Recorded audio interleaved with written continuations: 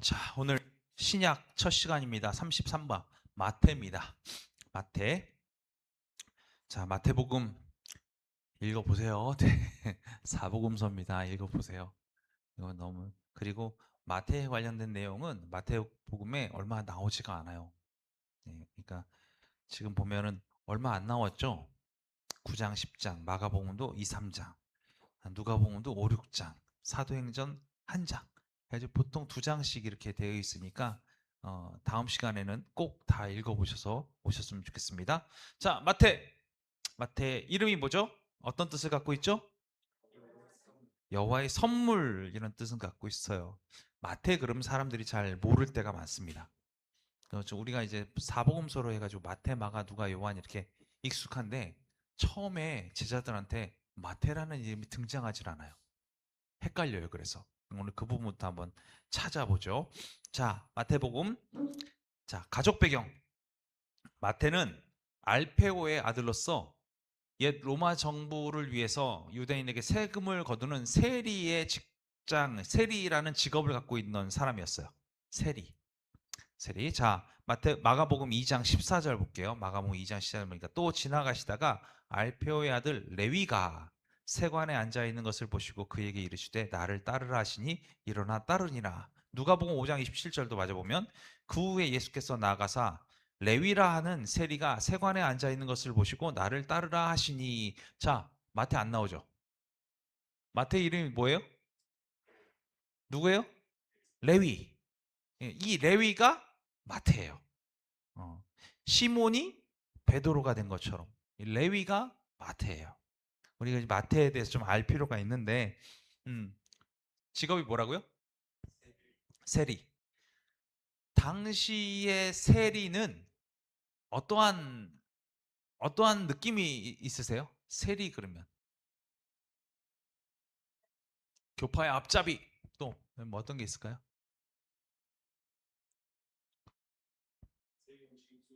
네. 아, 징수를 하는 부당한 징수를 하는 사람 또 어떤 게 있을까요? 예?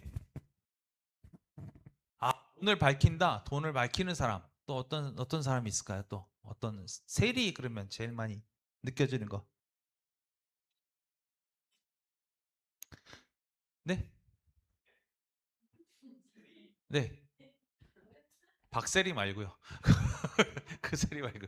네. 어, 어, 박세리 말고요. 세리 뭐 그거 말고요. 자, 어, 세리는 일단은 기본적으로 그 유대인들의 위에서 권력을 휘어잡고 있는 로마 사람들, 그 사람들하고 유대인들하고의 중간다리 역할을 하잖아요. 그러면 이 권력을 갖고 있는 사람들이 이 밑에 있는 사람들을 잘 케어를 하려면 그런 사람들한테 뭘 주냐면 일종의 권력을 심어줘요. 아까도 이제 더 많은 세금을 이제 징수하거나 뭐 이런 것도 있는 것처럼 권한을 주는데 이 권한이 뭐냐면 다른 게 아니라 유대인들로부터 세금을 걷어라 이거예요. 세금을 걷어라. 권한이 있으니까 세금을 징수할 수 있잖아요.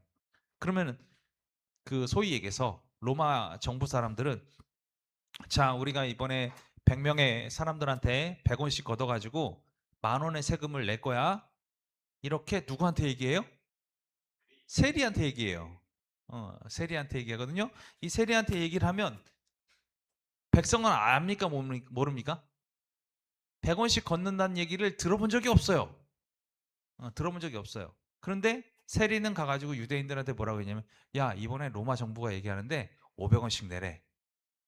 이렇게 하는 거예요. 그리고 나머지 400원은 어떻게 합니까?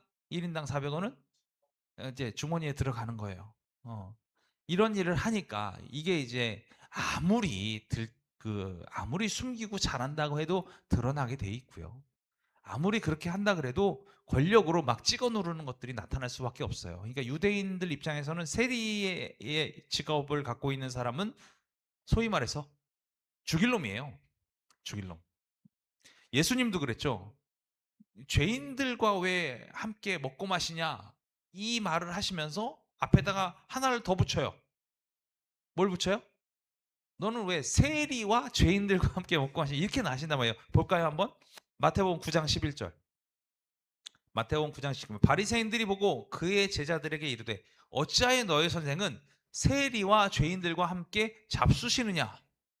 그러니까 동일 선상에 둔 거예요. 죄인들하고 세리를 동일 선상에 두시는 거예요. 11장 19절에도 마찬가지로 인자는 와서 먹고 마심에 말하기를 보라 먹기를 탐하고 포도주를 즐기는 사람이요 세리와 죄인의 친구로다 하니 지혜는 그 행한 일로 인하여 옳다함을 얻느니라. 이렇게 나오고 있어요. 세리하고 죄인들은 유대인들의 보는 관점에서는 똑같은 사람들인 거예요. 나쁜 놈이에요. 때려 죽일 놈이 세리인 거예요. 지금 레위는 그 일을 하고 있는 거예요. 유대인들로부터 모든 증오의 대상, 모든 증오를 받아내는 대상. 이 사람이 아무리 착하게 정직하게 위에서 100원 걷으라면 100원 딱 걷어가지고 주고 자기는 착복한 게 1원도 없다 할지라도 그는 세리이기 때문에 증오의 대상인 거예요. 핍박의 대상인 거고. 근데 이게 정직한 세리 같으면 속상하잖아요. 그럴 수밖에 없잖아요. 나는 위에서 시키는 대로 정확하게 세금 딱 걷어가지고 갖다 줬어. 다른 세리하고 난 전혀 달라. 그래도 유대인은 뭘로 보는 거예요? 너는 똑같이 죽일 놈이야. 이렇게 보는 거예요. 그러니까 우리가 레위의 마음, 지금 세리였던 레위의 마음도 좀 이해할 필요가 있는 게 정직하게 세금을 걷는 사람들의 마음에는 이 수많은 증오들을 견디기가 정말 힘들었을 거예요. 누구한테 할 말도 못 하잖아요. 누구한테 뭐라고 할 수도 없잖아요. 신세 한탄을 할 수가 없는 거예요. 이런 상황인 거예요. 우리가 이제 세리라는 그 직업에 대해서 유대인들의 시선, 그리고 세리였던 레위의 마음, 그러니까 위에서 그 바라보고 있는 세리의 마음, 이 세 가지를 우리가 좀 함께 봐야 레위가 어떤 마음을 갖고 움직였는지에 대한 것도 우리가 좀 이해할 수 있거든요. 그런 부분도 함께 보고 넘어가겠습니다. 마가복음과 누가복음에는 뭐라고 나왔냐면 이 마태가 유대인이다, 즉 레위가 유대인이다 이렇게 얘기하고 있어요. 자, 분명히 얘기하지만 마태라는 이름이 안 나오죠. 안 나왔었죠, 아까. 아까도 안 나왔어요. 레위라는 이름으로 나온 이유가 뭘까요? 그 이름을 갖고 있는 이유. 그렇죠. 레위 지파 출신이라는 걸 우리가 암시할 수 있다는 거예요. 쉽게 얘기해가지고 유대인들의 그러니까 이 사람들이 유대인들의 명예를 실추한 사람이 세리다라고 얘기하면 레위는 제사장의 명예를 실추시킨 사람이다라고 볼 수 있는 거예요. 그냥 단순하게 보면 유대인들 중에서 세리를 하는 사람들이 많은 지파의 사람들이 있었을 텐데 지금 이 레위는 레위 지파 사람인데도 불구하고 제사장직을 수행해야 되는 사람인데도 불구하고 유대인들 다 저버리고 세리라는 직종에 올라가 가지고 잘 먹고 잘 사는 그런 나쁜 놈이다라는 게 암시되는 거예요. 암시되는 거예요. 아까 마태 이름이 뭐라 그랬죠? 여호와의 선물였어요. 여호와의 선물. 성경은 레위라는 이름이 마태로 바뀌어진 부분에 대해서 언급하지 않아요. 어떤 사람들은 예수님께서 시몬이 베드로로 바뀐 것처럼 예수님께서 이름을 바꿔주셨다 이렇게 주장하는 사람도 있고, 어떤 사람은 내가 이런 삶을 살았는데 하나님께서 나를 바꿔주셨다. 내 이름의 마태, 나는 하나님의 선물이다. 나는 아무것도 없는데 내 모든 삶은 선물이다. 그리고 마태 스스로가 자신을 마태라고 부르기를 원했다라고 주장하는 사람이 있습니다. 그러니까 둘 다를 생각할 수 있는 거예요. 성경은 나오지 않으니까 우리가 유추할 수는 없으니까. 누가 마태라는 이름을 선택했는지, 예수님이 주셨는지 아니면 자신이 스스로 선택했는지 모르지만 이 레위가 예수님을 따르기 시작하면서부터는 마태라는 이름을 사용합니다. 이름이 바뀐 시점 아시겠죠? 예수님이 부른 다음부터는 마태라는 이름으로 계속 불려지는 거예요. 그래서 오늘 우리가 마태복음 이렇게 불려지는 것은 예수님을 따른 제자로서, 이전의 세리로서가 아니라 예수님을 따른 제자로서의 마태가 쓴 복음서다. 그래서 우리가 마태복음이라고 부르고 있습니다. 자, 신약성경 들어가 보죠. 자, 제자로 부름을 받았습니다. 마태는 제자로 부름을 받았습니다. 마태는 세관에 앉아서 열심히 자신의 업무를 수행을 했죠. 근데 예수님께서 너 나를 따라라 라는 이 두 마디 말씀을 하셨어요. 마태복음 9장 9절 볼게요. 9장 9절 보니까 예수께서 그것을 떠나 지나가시다가 마테라 하는 사람이 세관에 앉아 있는 것을 보시고 이르시되 나를 따르라 하시니 일어나 따르리라. 마태복음에는 뭐라고 나와요? 자기의 이름을 마테라고 하고 있어요. 왜요? 그렇죠. 본인 이름이니까. 자신은 예수님을 따른 하나님의 선물이라는 말을 갖고 있는 이름을 쓰고 싶은 거예요. 자기의 마태복음에서는 예전부터 레위라고 썼던 그 말을 안 쓰고 마태복음을 쓰고 있는 거예요. 누가복음 5장 27절. 그 후에 예수께서 나가사 레위라 하는 세리가 세관에 앉아 있는 것을 보시고 나를 따르라 하시니 똑같은 사람인데 마태복음에서는 자기를 마태라고 부르고 있고 누가복음에서는 레위라고 부르고 있죠. 근데 그 동일 인물 세리한테 예수님은 나를 따르라 이렇게 말씀하셨어요. 뭐 구차하게 어떤 설명을 하지 않으셨어요. 나를 따르라. 그 말을 듣고 마태는 주저하지 않고 모든 것을 버리고 예수님을 따라갑니다. 왜 그랬을까요? 왜 그랬을까요? 아까 우리가 함께 나눠봤잖아요. 짜증났을 것 같아요. 제가 봐도 지금 짜증났을 것 같아요. 나름 정직하게 살았는데 막 소위 말해서 속상하고요. 어? 그랬을 것 같아요. 저는 이거 제 생각입니다. 그냥 유추입니다. 그런데다가 예수님께서 또 자기를 직접 찾아오셔서 소위 말해서 맨날 손가락질 받다가 찾아오셔서 나를 따르라 이렇게 권해주는 사람이 없었다라는 거죠. 없었으니까 따랐을 것 같아요. 아무도 그 마음을 바라봐 주지 않았는데 누군가 찾아오더니 그리고 그분이 갑자기 나를 부르셔서 나를 따르라. 그러니까 아마 따랐을 것 같습니다. 마태는 이런 비슷한 상황을 또 겪는 사람이 있는데 마태는 자기가 예수님을 따르자마자 연애를 베풉니다. 연애를 베풉니다. 마태가 그리스도를 따르는 제자의 삶을 살기로 결단하고 나서 자신의 삶이 새롭게 되었다는 것을 깨달았어요. 자신의 삶이 바뀌었다는 것을 알았어요. 그리고 이제는 세리의 삶이 아니라 예수님의 제자의 삶을 살기로 결단했어요. 그래서 자기 집에 이웃들을 초청했어요. 근데 아는 이웃이 누구였을까요? 그렇죠. 세리들이죠. 아는 이웃이 세리들인 거예요. 왜? 유대인들 초청하면은 누가 올까요? 유대인들이 자신을 뭘로 생각하고 있어요? 죄인으로 생각하고 있어요. 죄인으로. 누구도 안 오는 거예요. 근데 예수님 제자들을 초청을 하고 거기다가 자신의 이웃들을 초청을 했는데 이 초청한 사람들이 세리들인 거예요. 세리들을 다 초청해서 연애를 베풉니다. 마가복음 2장 15절. 그의 집에 앉아 잡수실 때에 많은 세리와 죄인들이 예수와 제자와 함께 앉았으니 이는 그러한 사람들이 많이 있어서 예수를 따름이더라.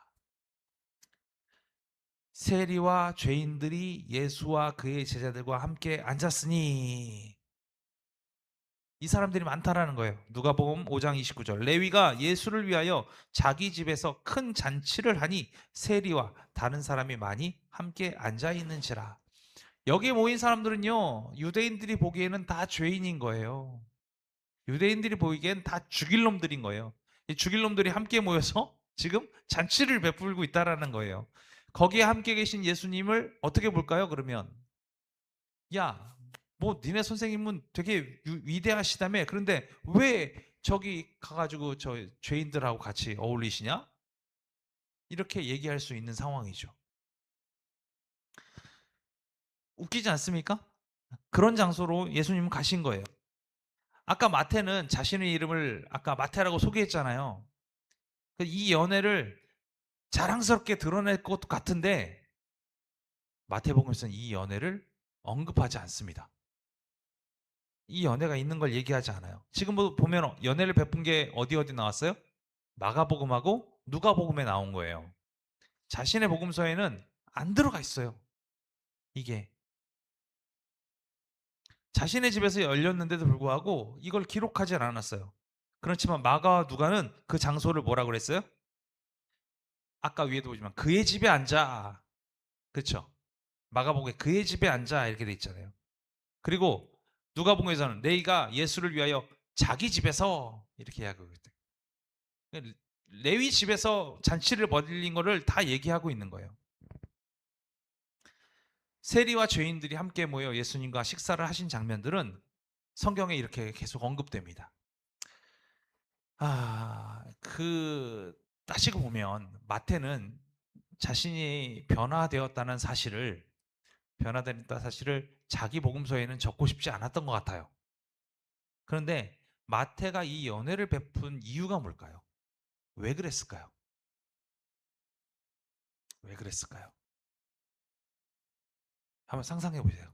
마태는 왜 이 연회를 베풀었을까요? 예수님이 따라라 하셨는데.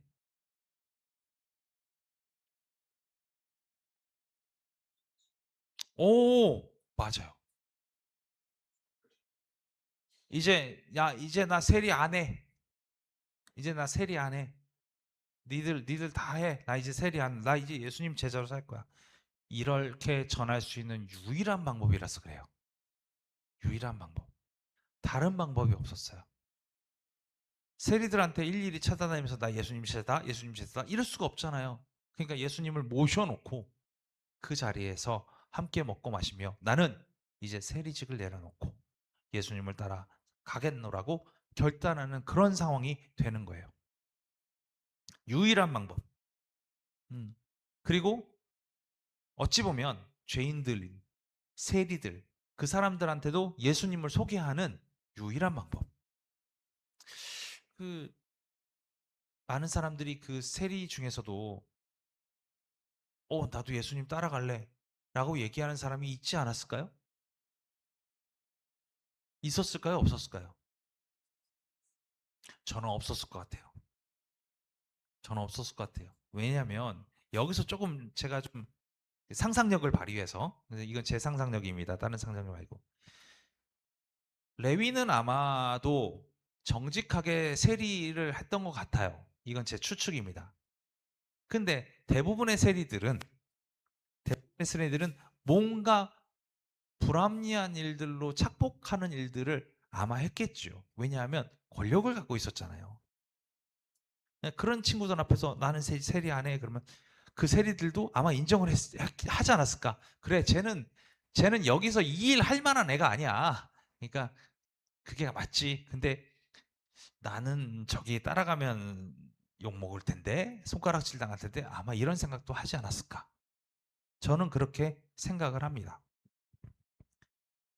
그 상황, 그 상황. 우리가 그런 것도 상황을 생각해 볼 필요가 있을 것 같아요. 저는 이제 성경을 읽으면서 제가 느낀 감정에 대해서만 좀 말씀을 드리는 거니까 이게 성경에 나와 있는 얘기는 아닙니다. 자, 서기관들과 바리새인들 이 모습을 지켜보고 있는 거예요. 연회 안에서 마태가 자신이 이제 예수님의 제자라는 것을 얘기하고 그렇게 얘기하는 걸 다 지켜보고 있는 거예요. 끝까지. 이유가 뭘까요? 이유가 그들의 눈에는 예수님이 눈엣 가시거든요. 예수님의 눈엣 가시니까 이건 뭔가 비틀 만한 거, 이게 뭔가 트집 잡을 만한 걸 찾고 있었는데 그걸 계속 보다 보니까 제자를 불렀었는데 제자를 누굴 부른 거예요, 지금? 제자를. 그들이 보기에 가장 안 좋은 애, 가장 안 좋은 애를 부르신 거예요. 가장 안 좋은 애. 그것만으로 이제 트집 잡을 게 생겼는데, 어? 야, 니네 그 선생님은 제자를 불러도 어디 좀 이렇게 성경도 잘 알고 믿음도 좋고 이런 사람 불러야지. 왜 저렇게 유대인 배신하고 제사장 명예 회록 저기 뭐야 망가뜨린 저 레위 같은 애를 불러?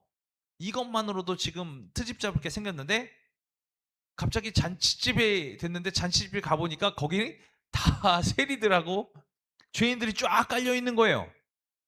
얼마나 트집 잡을 게 많이 있었겠어요. 계속 트집 잡을 수 있는 거가 있겠죠. 그런데 이, 이 트집 잡을 만한 이 사건에서 예수님은 이렇게 대답하십니다. 마태복음 9장 12절. 마태복음 9장 17절 예수께서 들으시고 이르시되 건강한 자에게는 의사가 쓸데없고 병든 자에게라야 쓸데가 있느니라. 이렇게 말씀하세요. 그들의 생각들을 알고 그들의 마음들을 알고 그거에 대해서 정확하게 말씀해 주시는 거예요. 마가복음 2장 17절도 동일하죠. 예수께서 들으시고 그들에게 이르시되 건강한 자에게는 의사가 쓸데없고 병든 자에 쓸데 있느니라. 나는 의인을 부르러 온 것이 아니요 죄인을 부르러 왔노라 하시니라. 누가복음 5장 31절에 32절 예수께서 대답하여 이르시되 건강한 자에게는 의사가 쓸데가 없고 병든 자에게라 쓸데가 있나니 내가 의인을 부르러 온 것이 아니요 죄인을 불러 회개시키러 왔노라. 이렇게 이야기를 하십니다. 우리는 어떤 존재죠? 우리는 의인이신가요? 죄인이신가요? 우리는 선한 일을 하고 계신가요? 아니면 우리는 악한 일에 익숙한 사람인가요? 우리 행동은 선하게 보이는 행동들을 많이 할 수도 있지만 우리의 마음은, 우리의 생각은 놀랍게도 선한 일과 더불어 악한 일들을 많이 기억을 합니다. 순간순간 우리가 정말 뭐 이런 말을 표현하기는 뭐하고 우린 살인을 하기도 하고 폭행을 하기도 하고 넘어뜨리기도 하고 쓰러뜨리기 위한 계획을 세우기도 하고 수많은 일들을 우리가 하고 있죠. 우리는 수많은 사람들에게 칭찬을 받기도 하지만 또 다른 사람들에게 비난을 받고 살기도 합니다. 우리의 마음이 아직은 의인이 되지 않았기 때문에 그래요. 수많은 상황들 가운데서 우리는 이런 행동에도 치우쳐지기도 하고 저런 행동에도 치우쳐지기도 하면서 우리는 그렇게 살아가고 있는 거예요. 예수님은 그런 저와 여러분을 부르러 오셨다라고 오늘 이 사건을 통해서 우리에게 보여주고 계십니다. 우리의 마음이 먼저 어떻게 돼야 될 것인가? 우리가 소위 얘기해서 예수를 믿고 있지만 예수님 얼굴에 먹칠하는 삶을 사는 사람도 있거든요. 우리는 어떠냐는 거예요. 우리 스스로를 좀 돌아보자는 거예요. 오늘 이 세리 레위는 어쩌면 자기는 마음으로부터 정직하게 살았을지 모릅니다. 마음으로부터 정직하게 살았을지 몰라요. 그러나 그는 끊임없이 욕먹는 위치에 서 있었어요. 예수님이 그를 부르셨을 때 그는 자신이 예수님 앞에 나아갈 수 없는 존재임을 알고 있음에도 불구하고 그리고 수많은 죄인들이 내 이웃임에도 불구하고 그들과 함께 연애를 베풀고 내가 이제부터는 예수 그리스도를 믿는 참된 사람으로 살겠노라고 선포하는 일종의 선포식을 오늘 연애를 통해서 한 거예요. 예수님도 그 자리에 거리낌 없이 가셨고 그리고 그곳에서 자신을 비난하는 사람들에게 나는 죄인을 부르러 온 거지 의인을 부르러 온 것이 아니야 라고 우리에게도 동일하게 알려주고 계시는 거예요. 오늘 마태복음에 대해서 오늘 여기까지 좀 보려고 하는데 정말 중요한 사실 하나는 뭐냐면 바로 저와 여러분을 부르러 오셨다는 말씀을 이것을 통해서 하고 계시다는 거예요. 어떻게 해야 돼요 그러면? 우리도 마태와 같은 입장이 돼봐야 되잖아요. 마태는 뭘 했습니까? 자신을 알고 있는 모든 소위 말해서 손가락질 받고 있는 모든 사람들 앞에서 나는 이제부터 예수를 믿는 사람입니다 라고 결단했잖아요. 선포했잖아요. 비난받을 각오를 하면서도 선포했잖아요. 바리새인들과 서기관들이 바라보고 있는 상황 가운데서도 선포했잖아요. 바리새인들과 서기관들이 왜 그 자리에 와 있는지 저는 마태도 알았을 것 같아요. 왜요? 그들은 자신이 초대한 사람이 아니잖아요. 자신이 초대한 사람은 어떤 사람들입니까? 세리, 죄인들 이런 사람들 다 초대했는데 거기에 느닷없이 거룩한 자라 불리는 사람들이 존재한 거예요. 바리새인들과 서기관들. 그들 나름대로 거룩하다고 스스로 자평하는 사람들이 거기 나타난 거예요. 그런데 세리와 죄인들은 그래 잘했어. 너 가가지고 이제 열심히 예수님 믿어. 너 축복할게. 아마 이랬을 것 같아요. 근데 바리새인들과 서기관들, 소위 얘기해서 그들 스스로 거룩하다고 얘기하는 사람들의 시선에는 어떤 게 나왔어요? 비난하고 비판하고 찍어 누르고 정죄하는 이 내용들이 여기 나오잖아요. 이 두 사람들의 그룹, 우리가 보기에 죄인들의 그룹과 우리가 보기에 거룩하다고 생각했던 그룹. 그러나 그 내용들이 지금은 180도 바뀌어 있고 그 모습을 우리는 이 장면을 통해서 볼 수가 있는 거예요. 우리는 어디 서야 할 거잖아요. 우리는. 예수님은 죄인들을 부르러 오셨다라고 말씀하고 계시는데 스스로 거룩한 자의 그룹에 우리가 쓸 것이냐? 아니면 주님 난 죄인입니다. 그래서 주님 없으면 안 되겠습니다. 이 자리에 쓸 것이냐 이거예요. 오늘 우리 마음을 좀 마태에 좀 대입을 시키시면서 내가 하나님 앞에 죄인으로서 내가 예수 그리스도 앞에 죄인으로서 그래서 주님 없으면 살 수 없는 존재임을 고백하는 이 밤이 되었으면 좋겠습니다. 그리고 그를 통해서 이제 내가 주님의 말씀에 순종하는 사람으로 주의 음성을 따라 사는 사람으로 변화되겠노라고 새로운 삶을 살겠노라고 선포할 수 있었으면 좋겠습니다. 오늘 마태가 그랬거든요. 마태는 자신의 이름을 하나님의 선물입니다. 이렇게 바꿔 불렀어요. 오늘 우리도 예수 그리스도의 십자가 보혈로 새 생명을 얻고 구원받은 백성입니다. 그 생명을 우리의 심령 가운데 새기고 성령의 인도하심을 따라 살아가는 우리 모두가 되길 간절히 바랍니다. 기도하겠습니다. 하나님 감사합니다. 오늘 마태에 대해서 우리가 함께 배웠습니다. 그는 세리였지만 그는 자신의 이름 레위라는 이름을 어쩌면 죽어도 쓰기 싫은 그런 사람이었을지도 모릅니다. 그러나 그가 예수님을 만났을 때 그가 비로소 자신의 삶이 예수 그리스도의 제자로서의 삶, 하나님의 선물이라는 이름으로 살게 되었다는 사실에 어쩌면 매우 기뻐했을지 모릅니다. 주님, 우리는 죄인입니다.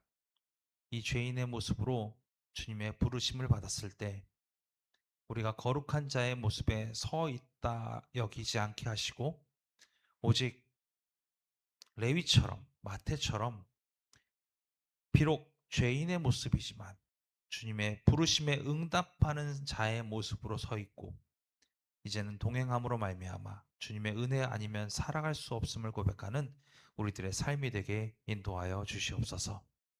죄인을 부르러 오셨다 말씀하신 주님, 이제 죄인의 모습으로 주 앞에 나가오니 우리를 깨끗게 하시고 주님의 그 놀라운 손길로 우리를 정결케 해 주옵소서. 감사드리며 예수 그리스도의 이름으로 기도합니다. 아멘. 주기도문 하시겠습니다. 하늘에 계신 우리 아버지여, 이름이 거룩히 여김을 받으시오며 나라가 임하옵시며 뜻이 하늘에서 이루어진 것 같이 땅에서도 이루어지이다. 오늘 우리에게 일용할 양식을 주시옵고 우리가 우리에게 죄 지은 자를 사하여 준 것 같이 우리 죄를 사하여 주시옵고 우리를 시험에 들게 하지 마시옵고 다만 악에서 구하시옵소서. 나라와 권세와 영광이 아버지께 영원히 있사옵나이다. 아멘.